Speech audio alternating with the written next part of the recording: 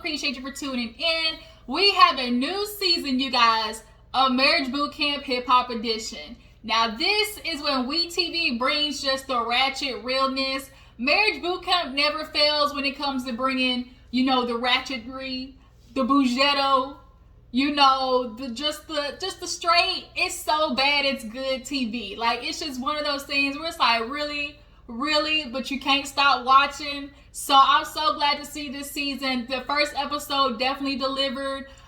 We definitely can tell that Amber and Treasure are going to be the drunk, lushes of this season, offering just real good, juicy drama. And honestly, I'm concerned for Amber the most out of everybody. Treasure second, Nore third, Molly Mall, and then, Sir Brock is definitely there. It's just, matter of fact, all of them. I'm concerned about all of them, period. Which is honestly why they're here. So let's go ahead and get into the episode. The first episode, we get introduced to everybody. And then it's not really towards the end where we start seeing, stuff going on. But yeah, let's go ahead and get into it. If you're new to my channel, go ahead and hit that subscribe button, become a member of the Juice Box crew. Everybody else, you know what to do. Like, comment, tag, post, share, all that good stuff. We're going to try to grow this channel to 3K before the end of October, you guys, okay? So y'all, Marriage Bootcamp Hip Hop Edition, we got to start out with all the couples, finally coming, to the mansion after they had to stay quarantined, right? So they were staying quarantined in the hotel for 14 days, and then they make it to the mansion. So we have Sir Brock and Amber. What in the Fashion Nova Shein hot diggity dog mess did Amber have on? Girl, your titties is too big for that outfit. They were just sagging. And like the whole time they were having to get, censored. They put the censor bar because, like, ma'am, your nipples was, for the streets, and it was not cute at all. And Amber, I don't know what you did to your face, but you literally look like you're allergic to seafood and you had like a meal with shellfish in it or something. Like, it's bad. Am I only one tripping? Like, Amber's lips look bad. Like, it's just, all I can think of is just like, it wasn't cute. That's only, like, it just wasn't cute. But Amber and Sir Brock get there. This piece of hair right here is bothering me. Why does it keep doing this? Get back. No! I hate, like, I'm so much a stickler for, like, my hair. When it acts certain ways, I don't like when it does that. So just ignore me while I brush this out the right way. Boom. Ow. Pow. Yes. That's what I'm looking for. All right. Can I speak to your manager? That's what I look like. Give you real white woman. Can I speak to your manager, please? Tease. Look, ooh, wow, my hair look good this video. I might take a couple of pictures after this. Anyways, back to it. So Amber and Sir Brock, they make it there. Who else? Molly Mall and Treasure. We all know Treasure for loving hip hop, as well as Sir Brock and Amber. We all know Sir Brock, came out as bisexual. He was messing with that one dude. I think his name was like Maine or something like that. I think it had an M. Molly Mall, we all know Molly Mall. He just trash. He was messing around with Masika for a little bit. Even like Nikki Baby. He just basically is a producer who wants to just bang, a whole bunch of, bad bitches, and Treasure, she was a notorious side chick, and now here it is, you're getting treated like trash by Molly Mall, who looks like Mr. Potato Head that's been skinned. He literally looks like a skinned potato, the same color and shape and everything. So then they get there. Treasure gets started with the alcohol, and that's, one of their issues. So then we have Nore come with his wife, Nere, and I think that's how you pronounce it, Nere. But he's old school. He has old school issues. He feels like all he gotta do is pay the bills. He don't gotta help clean up and cook behind the kids. Typical man shit that they do.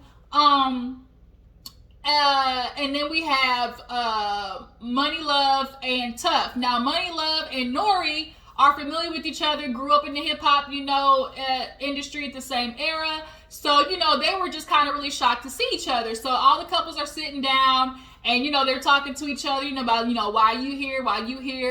Amber is talking about, I'm just like, we've been together since we were in high school. We are like, 20 something years these two been together, and it's just been off and on, like a goddamn light switch. So they were like, anybody got kids? He was like, we were supposed to have one this year. She's like, no, we were supposed to find out your sexuality.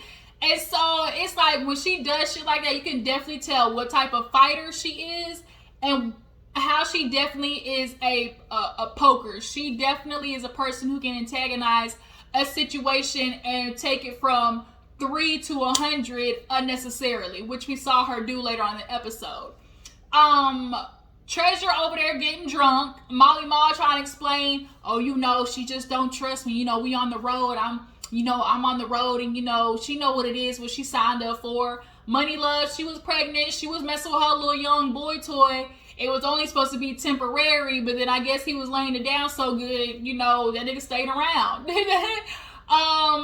And who else was there? I think that was it. So they go outside, they start hearing some, music playing. So they start making their way outside, and there's Dr. Ish with like the dating game or whatever. So they're over there playing, and Dr. Ish, welcomes them, and he tells them, starts asking them, like real fun, easy questions like, where's the craziest place y'all had sex? Where was your first kiss? Something about dating, real lighthearted questions, right? But then that damn poster in the back went from dater game to hater game. Everybody was like, dun, dun, dun. Like the red light came on and everything. So it was like, whoop, let's get this shit started. So they start asking questions, and you hit the buzzer if you think, you or your partner said it. So one of the questions was like, I don't trust him. I need to know if he's going to choose me. That was Sir Brock and Amber. She's very insecure about their situation, and she's ashamed of it. He says he feels insecure. She's like, nigga, quit lying. You don't feel insecure. And I didn't like how she was doing that, because you can definitely tell Sir Brock has insecurities. But she's just like, man, quit lying. You don't have no insecurities. And it's kind of like, who are you to tell this man? He's like, I'm insecure. And she's not hearing him. Like, it was like really annoying. So then there was another question about, things got bad when I cheated when she was pregnant. And when everybody heard that, everybody's reaction was like, ooh. Cause that's a different type of lowdown.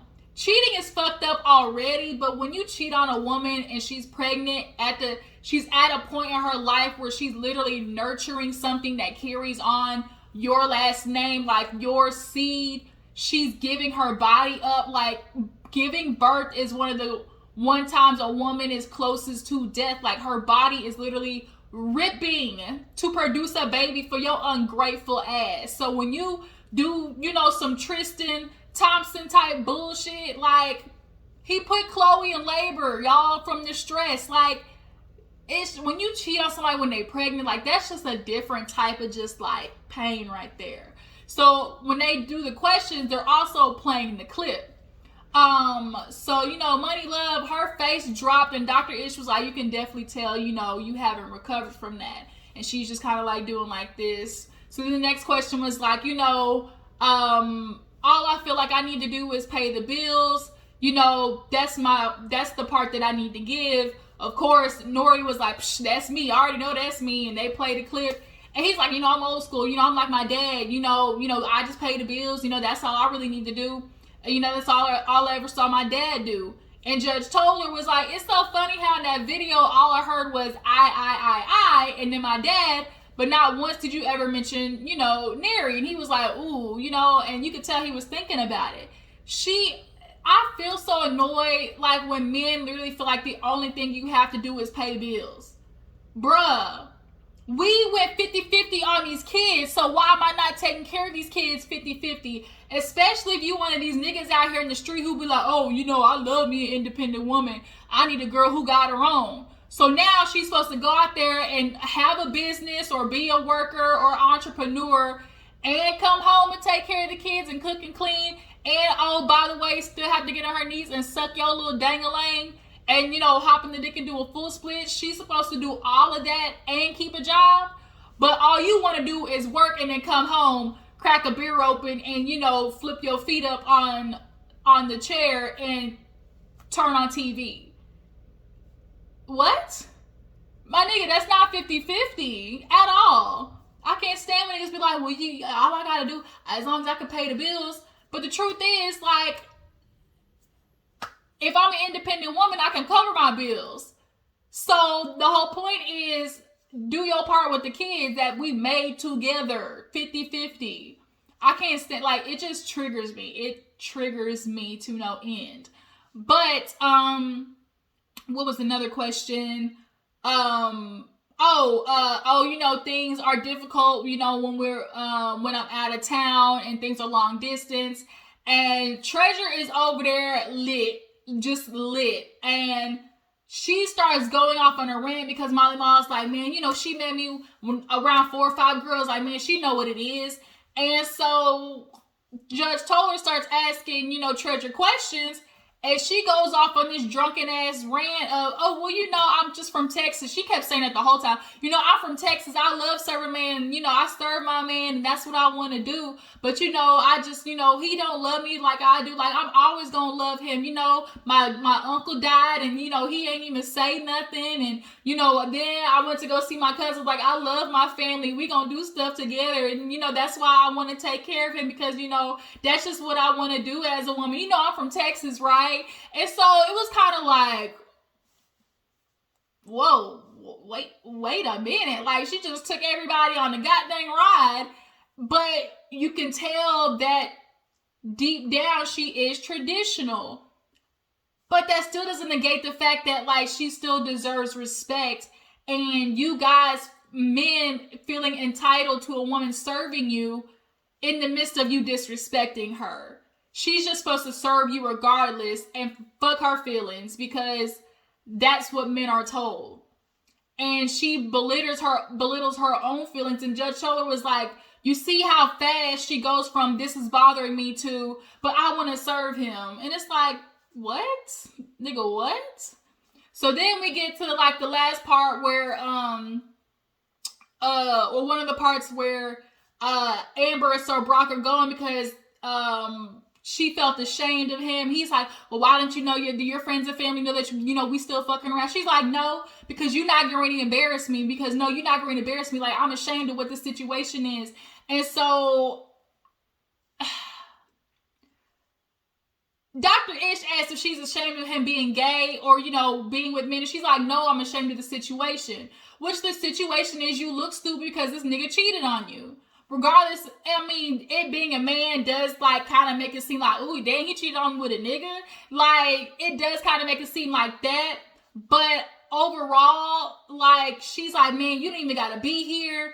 You know, I'm just saying what it is. Like, you know, I don't even like you. And so he's like, man, I ain't got to be here. You lucky if I be here. So she's like, bye, nigga, and he walk off. First of all, Sir Brack, the outfit was good until we got to them damn shoes. Don't you ever put them shoes on again, especially with that outfit. So Dr. Ish goes to talk to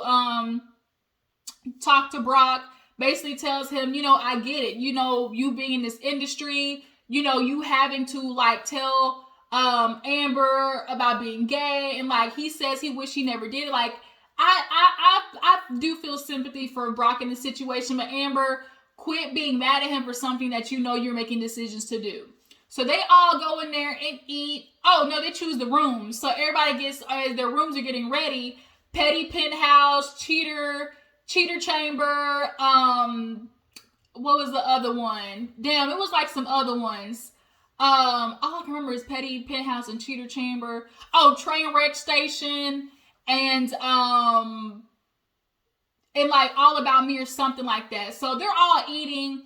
And they're all talking, and Nore is just talking to Amber, and Brock kind of saying like, well, you know, you guys are the same person. That's why, you know, y'all acting out. And so Brock is like, man, you know, we've been together a long time. So, like, you know, we just piss each other off. So she's like, what do you mean? He's like, nothing. He's like, nothing, Amber. And so she flips off the hat, takes off the sunglasses, and then bow, back of the head. And immediately it's like, here we go with a flashback to when Tahiri threw that fucking apple at Vito, or Vito, whatever that nigga name was. And so she throws the drink in the face. Her drunk ass gets up, and it's kind of like, word? What did he do to trigger you to that extent? So now they're kind of fighting. She's following. He's sitting in the corner, and she's just going. So Dr. Ish is like, whoa, wait a minute. And so he's like, we can't keep doing this cycle. Like, it's clear that you two have a cycle of fighting, drinking to get over it, waking up the next day, trying to forget it because you love each other, but the issue is never resolved. And Brock is like, I don't want to do that cycle anymore.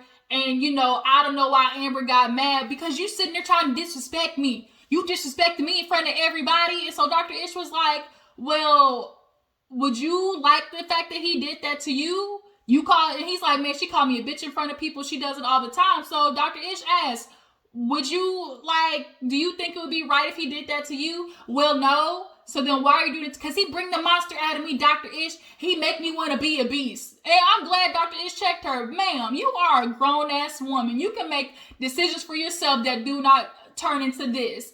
And you can kind of tell she was like a little stunned by it. And I can't stand people who are like, blame other people as like, I did it. Why you making me a monster? You making me act this way. Don't try to turn this in, me, I'm acting up this way. And it's like, ma'am, like he said, you a grown ass woman. Like, you sitting there acting like a child, blaming him. But ma'am, you should know how to control yourself. And Brock just over there, thank you, doctor. Because you can tell out of the two, Amber definitely is a person who hypes up their arguments, who takes things from a 10 to 100. And he's basically just riding Amber's emotional wave because he feels guilty about, being gay and, cheating on her and all those things. It's just simply because he loves her. And Brock somewhat apologized, talking about, well, I'm sorry, whatever I did to aggravate you. And she just gets up and leaves. So now the rooms are ready. Everybody's going to their room. And Brock is apologizing to Amber in the room, talking about, I'm sorry. Or, he's like, you still mad at me? And she's like, are you going to say sorry? He's like, no, he's like, are you going to apologize? She's like, are you going to say sorry? I want to fucking apologize because I didn't do nothing wrong, bitch. But he says, I'm sorry for doing whatever I did, to upset you. Are we good? She's like, well, you still love me? And then they kiss. And then so you can kind of see a little smidgen of like what their relationship is like. But y'all see she ain't apologized. Y'all see it wasn't an apology that came out of her mouth, but he's sitting there apologizing for what? Brock, you got to stop doing that because now you're allowing her to get out of being accountable for her bad behavior, which is clearly why she does the shit. Nore, they good. Nore, he just got to get out his old-fashioned shit. Money Love, when she saw that damn poster, she was like, this is like one of the most painful things. So to see it like up on the wall, it's kind of like, damn. So then last but not least, we get to Treasure and Molly Ma. He ain't fucking with the room. He's like, he's used to living a certain lifestyle. And he's already like, she big. And, we got to share this bed. But what I noticed was what they chose for Molly Ma, saying you need to lose weight. Coming from the nigga who looks like a Hispanic Michelin man, who looks like a bowl of mashed potatoes, who look like a marshmallow, like you telling her to lose weight? The nerve of you. So she kind of drunk. Dr. Ish comes in because Molly throwing a fit. And he's like, man, I'm a boss. I'm a boss. Like, this ain't what I deal with. I'm just, a certain way. And then here she is. She drunk, always doing stuff. She belligerent. So Dr. Ish asked, Treasure, what's going on? And even though she was drunk, in this moment, she did have just a smidgen moment of clarity. And she's like, with Molly Ma, you can't disagree with him. It's his way or no way. Well, what do you mean you can't disagree with me? That don't make no sense. And it's kind of like, you're doing it right now. So then she's like, I feel like I can't say nothing. It's his way or no way. And so he's like, man, that's a lie. You're not going to put on me something that I'm not doing. And so she's like, you know what? Forget it. And Dr. Ish I'm glad he could tell he's like, from just this little bit, you can see that Molly Mall belittles her. He, is controlling to her. He is constantly, super critical of her. So him establishing these insecurities in her makes her constantly want to like figure out a way to please him. And that's the same shit that Marcel does with Tisha. Your wife is insecure and you need her not to be sure of herself because a sure woman doesn't put up with bullshit. And so to combat that, she drinks, right?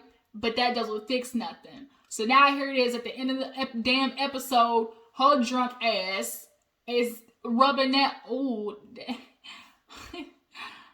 that booty. That booty was tragic. She had an old Carly Red diaper ass booty, rubbing it on the door, just dancing and stuff. Everybody's like, what the hell is that? And Molly just in the room like, leave me alone. And then that's where the episode ended. So this is going to be a good season. I'm super excited. Y'all tell me how you feel about the episode. Which couples, who do you think is the most tragic couple, y'all? So, I'm going to do an episode of Daily Squeeze. Apparently, Miss British, she going to jail for fucking with the IRS. Them real gangsters, okay? But y'all make sure to follow my Instagram and Twitter, you guys, and I will catch you guys later. Deuces.